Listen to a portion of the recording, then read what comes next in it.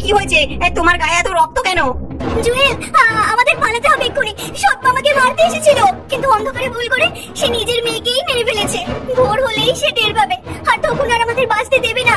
হ্যাঁ, আচ্ছা আচ্ছা ঠিক আছে, কিন্তু পালাবার আগে তোমাকে একবার ফিরে যেতে হবে। ডাইনির জাদুর লাঠিটা নিয়ে আসো, না হলে সে পিছু নিলে আমরা বাঁচবো না। হ্যাঁ, আবার ওই বাড়িতে যাবো, কিন্তু যেতেই হবে, লাঠি ছাড়া আমরা পালাতে পারবো না। ডাইনির শক্তি সেই লাঠির মধ্যেই যে বন্দী। রিয়া না যেতে চাইলেও তাকে বাধ্য হয়ে যেতে হলো ডাইনির বাড়িতে। গিয়েই রিয়া ডাইনির জাদু লাঠিটা আগে নিল। ছিল না, মায়ের জন্যই তো তোমার আজ এই অবস্থা। যাই হোক, ওপরওয়ালা তোমাকে শান্তি দিক। রিয়া আর রবি জঙ্গলের পথ দিয়ে যত তাড়াতাড়ি পারত তারা দুজন মিলেই ছুটতো। পরের দিন সকালে ডাইনি যখন তার মেয়েকে খুঁজছে, আরে দেখ, তোর দিদির ওড়না এনেছি। সিঁড়িতে আছি। কোথায় গেলি?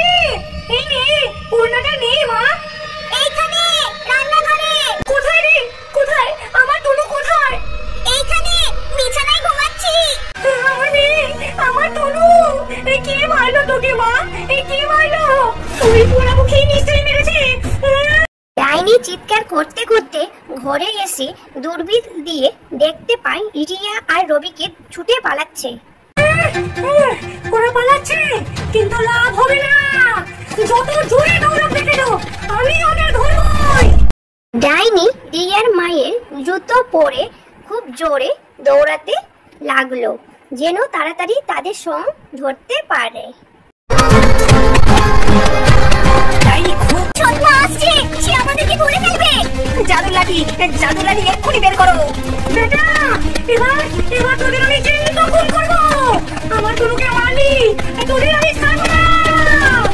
জুয়েল, তুমি একটা বিশাল বড় রোদ হয়ে যাও। রিয়া জাদুর লাঠি দিয়ে রবিকে রোদ বানিয়ে ফেললো, আর সে নিচে হাঁস হয়ে সেই রোদে ভাসতে লাগলো। ডাইনি তখন এসে দেখে, কি চালাকি রে বাবা, এইভাবে পালাবি? আয় না, তোর বাবা তোকে আমার হাতে দিয়ে গেছে।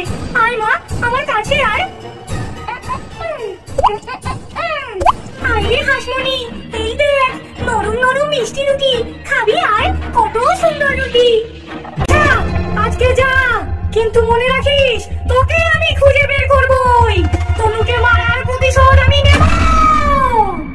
বন্ধুরা, এই ভিডিওটি যদি ভালো লাগে অবশ্যই একটি লাইক আর কমেন্টে জানাতে ভুলবেন না।